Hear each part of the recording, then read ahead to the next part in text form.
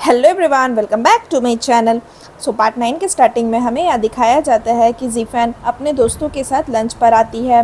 तो यहाँ पर उसके दोनों दोस्त एक दूसरे से लड़ाई करने लगते हैं।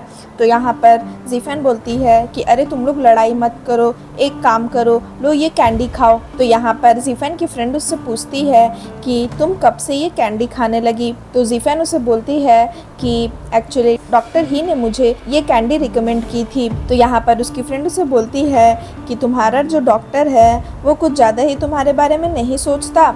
उसके बाद यहाँ पर जीफेन बोलती है कि रुको, मैं तुम्हें डॉक्टर ही की फ़ोटो दिखाती हूँ। और फिर जीफेन अपनी फ्रेंड को डॉक्टर ही की वीडियो दिखाती है। तो जैसे ही उसकी फ्रेंड ये वीडियो देखती है वो बोलती है अरे वाह, तुम्हारा डॉक्टर तो बहुत ज़्यादा हैंडसम है। तो यहाँ पर उसका दोस्त भी वो फ़ोटो को देखता है और बोलता है कि मैंने इस डॉक्टर को कहीं देखा है, ये वीडियो हर जगह इंटरनेट पर छाया हुआ है।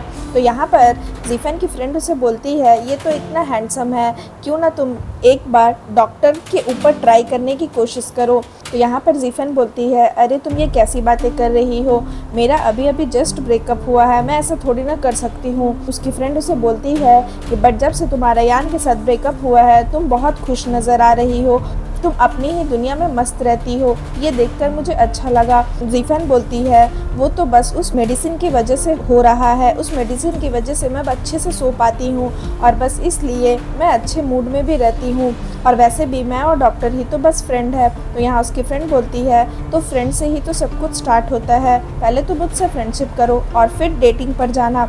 तो यहाँ पर जीफेन बोलती है कि मुझे डेटिंग में कोई इंटरेस्ट नहीं है, मैं चाहती हूँ मैं अपना टाइम अपने में इन्वेस्ट करूँ और मुझे अभी रिलेशनशिप में नहीं रहना है। और वैसे भी मैंने तो तुम लोग को बताया है कि मैं अब्रॉड में स्टडी करना चाहती हूँ, मैं अब्रॉड जाना चाहती हूँ। अगर सब कुछ अच्छा रहा तो हो सकता है कि मैं इस ईयर के एंड में अब्रॉड चली जाऊँ और या फिर नेक्स्ट ईयर के स्टार्टिंग में। और एक बार अगर मैं अब्रॉड चली गई तो ये लॉन्ग डिस्टेंस रिलेशनशिप हो जाएगा, और तुम्हें पता है लॉन्ग डिस्टेंस रिलेशनशिप वर्क नहीं करते। यान के साथ भी तो मेरा लॉन्ग डिस्टेंस रिलेशनशिप ही था, इसलिए मुझे अभी रिलेशनशिप में कोई इंटरेस्ट नहीं। उसके बाद हमें यह दिखाया जाता है कि जब जीफेन के फ्रेंड लोग जा रहे होते हैं तो वो लोग कार में जीफेन के बारे में बात करते हैं और बोलते हैं कि तुम्हें नहीं लगता कि जीफेन को उस लड़के को डेट करना चाहिए, मुझे लगता है जीफेन डॉक्टर ही को लाइक करने लगी है। तो उसकी फ्रेंड बोलती है हाँ, बट उसने तो कहा है ना कि वो अभी अब्रॉड जाने में फोकस करेगी, और वैसे भी वो उसे बस फ्रेंड ही मानती है।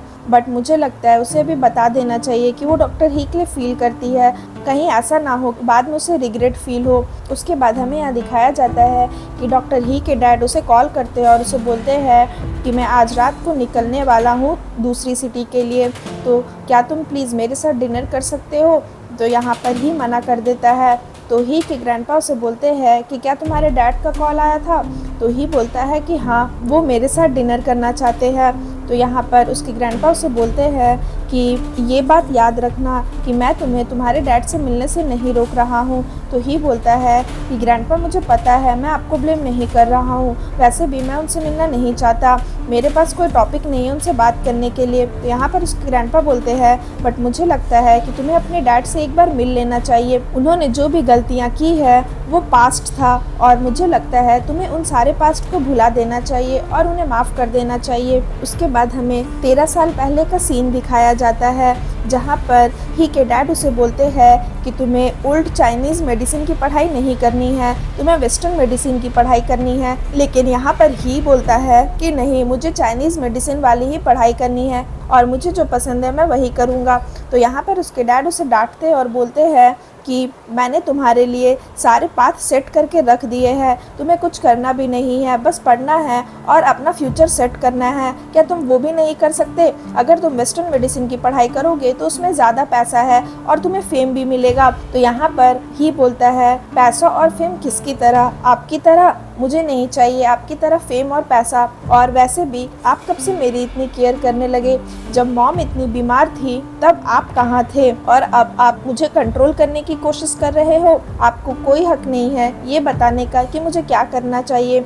उसके बाद हमें यहाँ सीन में दिखाया जाता है कि जीफन के मॉम डैड उससे पूछते हैं कि जीफन क्या तुम एक साथ 2 लड़कों को डेट कर रही हो। तो यहाँ पर जीफन बोलती है कि मॉम डैड आप ये कैसी बातें कर रहे हैं और ये सब आपको किसने कहा। तभी यहाँ पर जीफन की मॉम उसे वीडियो दिखाती है जहाँ पर डॉक्टर ही और उसकी फ़ोटो रहती है और उससे पूछती है उसकी मॉम कि ये सब क्या है, ये कौन है। उसके बाद उसकी मॉम बोलती है तभी मैं सोचूं कि मैं जब भी यान का नाम तुम्हारे सामने लेती हूँ तो तुम इतना इग्नोर क्यों कर देती हो।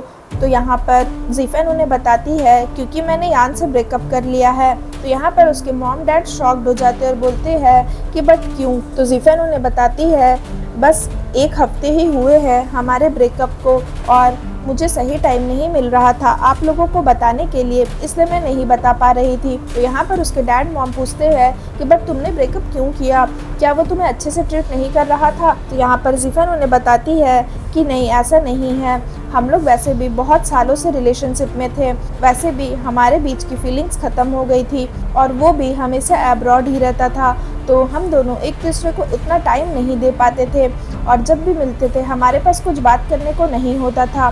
तो यहाँ पर उसकी मॉम बोलती है कि बट तुमने ये सब हमें पहले क्यों नहीं बताया। तो जीफन बोलती है एक्चुअली मैं आप लोगों को एक और बात बताना चाहती हूँ, मैं अब्रॉड में पढ़ना चाहती हूँ। तो यहाँ पर उसके मॉम डैड फिर से शॉक्ड हो जाते हैं और बोलते हैं बट क्यों। तो यहाँ पर जीफन बोलती है मैं होटल मैनेजमेंट में मास्टर्स करना चाहती हूँ अब्रॉड से। तो यहाँ उसकी मॉम उसे बोलती है कि अगर हम अभी एग्री कर भी जाते हैं तो क्या तुम अपना जॉब अभी छोड़ दोगी, और अगर तुम अपना जॉब छोड़ भी दोगी तो अब्रॉड जाने के लिए तुम्हें पता है कितने सारे पेपर वर्क्स करने पड़ते हैं। अभी तुम 27 की हो, जब अब्रॉड जाओगी तो वहाँ पे तुम्हें पढ़ने में कुछ साल और लग जाएंगे, तो तुम शादी कब करोगी।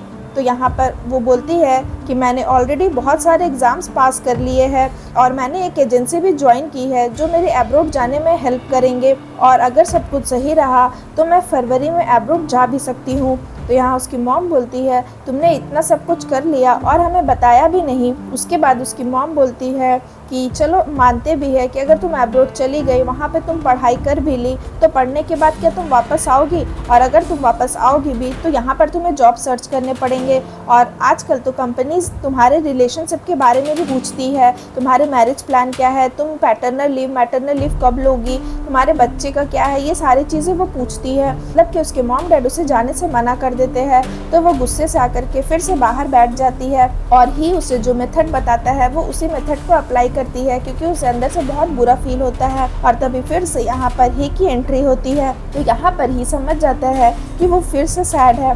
तो वो उससे पूछता है कि अरे इतनी रात को तुम यहाँ क्या कर रही हो अकेले, चलो चल के डिनर करते हैं। उसके बाद वो लोग डिनर करने के लिए आते हैं और ही उसे बोलता है मैं तुम्हें प्रॉमिस करता हूँ कि अगर तुम यहाँ का डिनर खाओगी तो तुम्हारा मन हल्का हो जाएगा। और फिर यहाँ पर जैसे ही वहाँ का खाना खाती है वो खाना उसे बहुत अच्छा लगता है, और यहाँ पर वो उसे बताती है कि एक्चुअली मैं अब्रॉड जाने का सोच रही हूँ। बचपन से ही मैंने अपना पाथ सेट कर लिया था कि मुझे क्या क्या करना है, बट मेरे मॉम डैड जो भी चाहते थे मैंने सब कुछ उनके अकॉर्डिंग किया। उनके अकॉर्डिंग मैंने लोकल यूनिवर्सिटी से पढ़ाई की और उनके अकॉर्डिंग ही मैंने मैनेजमेंट की तैयारी भी की, और वो लोग जैसा चाहते थे कि मैं एक स्टेबल जॉब करूँ मैं वो भी कर रही हूँ। बट मेरा मन ये है कि मैं अब्रॉड में पढ़ाई करूँ, मैं इस शहर से बाहर निकलकर बाहर की दुनिया देखना चाहती हूँ।